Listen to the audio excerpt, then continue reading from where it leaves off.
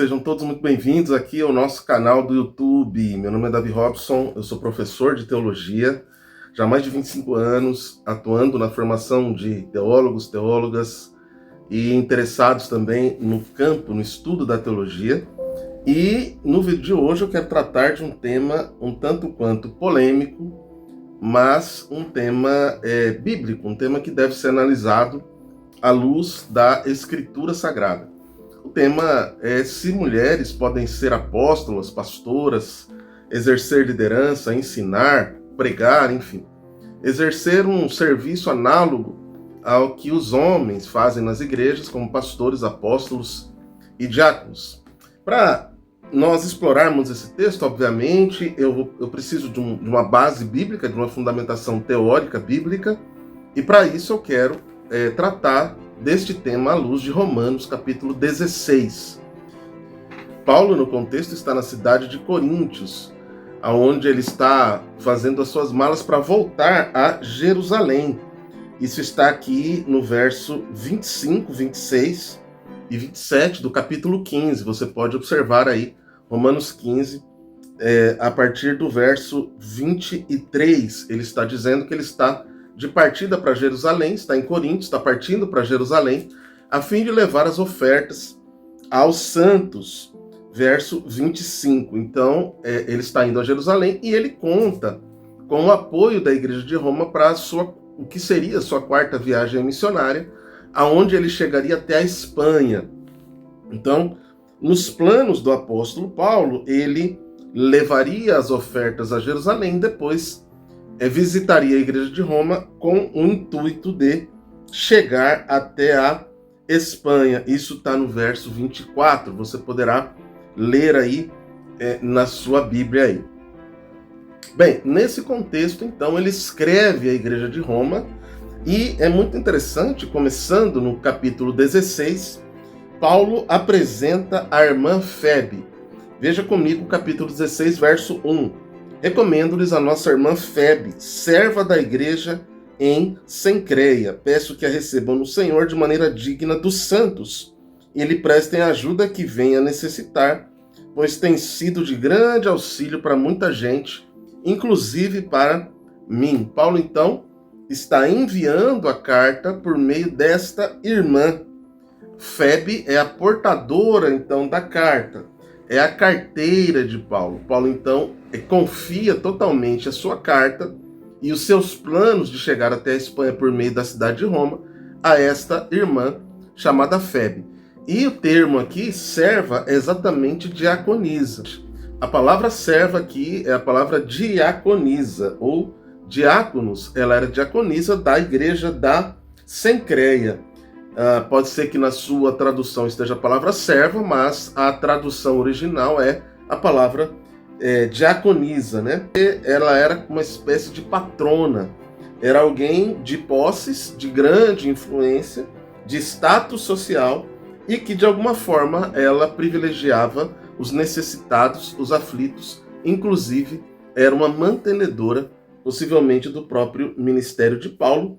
Possivelmente Febe usava ali os seus recursos financeiros para apoiar a igreja e, obviamente, o ministério do apóstolo Paulo. Então, algo importantíssimo para nós entendermos é que no mundo antigo, no contexto antigo, a pessoa que era a carteira, o carteiro, o enviado, aquele que transportava a mensagem, ele tinha o encargo de entregar a carta nas mãos dos destinatários, e vejam só, ela era a primeira pessoa a ler a carta em voz alta e, num segundo momento, tirar todas as dúvidas dos leitores, dos destinatários.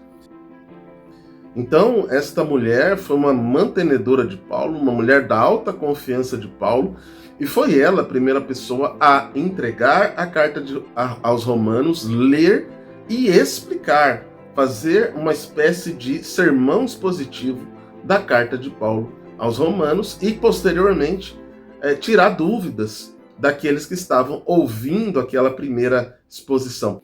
Então, o que temos aqui nessa situação, em Romanos 16, dentre outros casos que eu vou citar agora, demonstram para nós que a liderança feminina não era uma exceção no caso de Febe, era algo muito, inclusive, comum. Paulo não lida com essas mulheres somente como irmãs, mas lida com essas mulheres usando termos importantes, usando termos de liderança, usando expressões técnicas de liderança. Então vamos lá, versos 3 e 4. O verso 3 diz assim: saúdem Priscila e Áquila, meus colaboradores em Cristo Jesus. Verso 4 diz: arriscaram a vida por mim, sou grato a eles, não apenas eu, mas todas as igrejas dos gentios. Verso 5, saúdem também a igreja que se reúne na casa deles. Aqui nós temos algo importantíssimo. O detalhe do texto é que na cultura antiga o nome do homem viria primeiro. Isso demonstra que há uma proeminência da liderança desta mulher.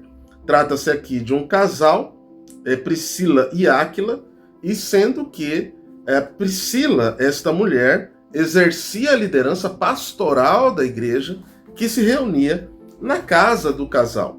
No caso aqui de Romanos 16:3, o apóstolo Paulo saúda primeiro a Priscila para depois saudar o seu marido Áquila, que eram colaboradores do ministério de Paulo e que também, diz o verso 5, havia ali uma igreja que se reunia na casa deles, e nesse sentido, Priscila então exercia a proeminência naquela comunidade cristã reunida na casa de Priscila e Áquila. Atos, aí eu cito Atos 18, verso 26, Priscila e Áquila corrigem Apolo.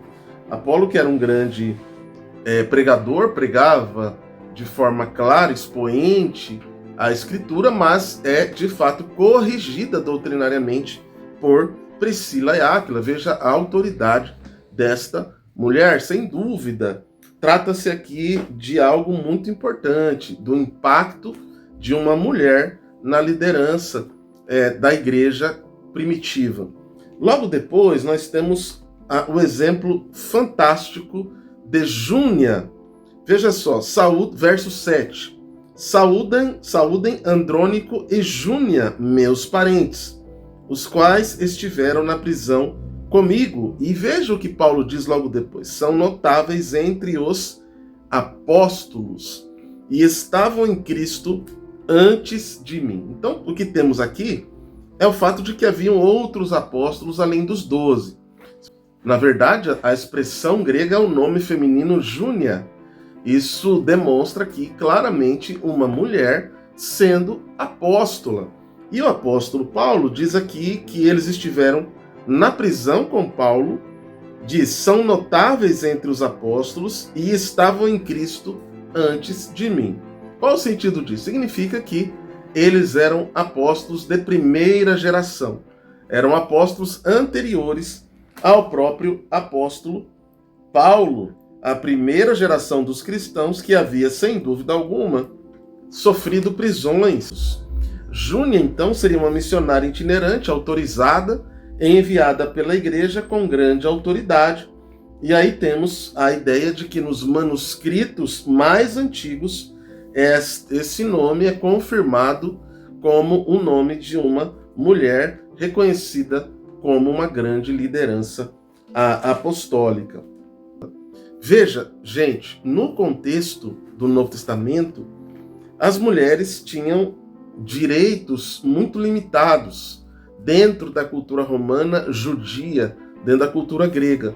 Mas neste contexto de Romanos 16, nós percebemos que isso não está na cultura implantada por Paulo nas igrejas chamadas paulinas. O apóstolo Paulo elevou a condição dessas mulheres e colocou essas mulheres numa posição de apóstolos, diaconisas, mestres, pastoras, e no seu ambiente ali, colocou essas mulheres no mesmo nível de posição, vivendo as mesmas experiências que ele mesmo, Paulo, viveu e sofreu e pagou o preço pelo Evangelho. O que podemos então concluir deste texto? O que podemos afirmar? Primeiro, sem dúvida alguma, à luz de Romanos 16, mulheres exerciam funções equiparadas a pastores, a apóstolos, a diáconos, homens no contexto do Novo Testamento, ou seja, ensino, pastoreio, acolhimento, plantação de novas igrejas. Há uma citação de João Crisóstomo, inclusive, no século IV, citando Júnia como uma grande apóstola. Então, apóstolos poderiam ser designados por Cristo, os 12, e pela igreja, e aí incluem-se aí as mulheres. Paulo equipara esse ministério do apostolado dele, Paulo, a Júnia. Bem, se você assistiu esse vídeo, se isso é interessante para você, acione o sininho para que você possa receber todas as notificações dos nossos vídeos. Seja membro, se inscreva no nosso canal, isso é muito importante e ajuda muito o nosso trabalho, para que continuemos a discutir teologia. E coloca aí nos comentários se você concorda comigo, discorda, se você acha que podemos ter hoje mulheres exercendo ensino, pastoreio, plantação de igrejas, ou não, se isso é uma atividade somente para os homens. Forte abraço, até o nosso próximo vídeo.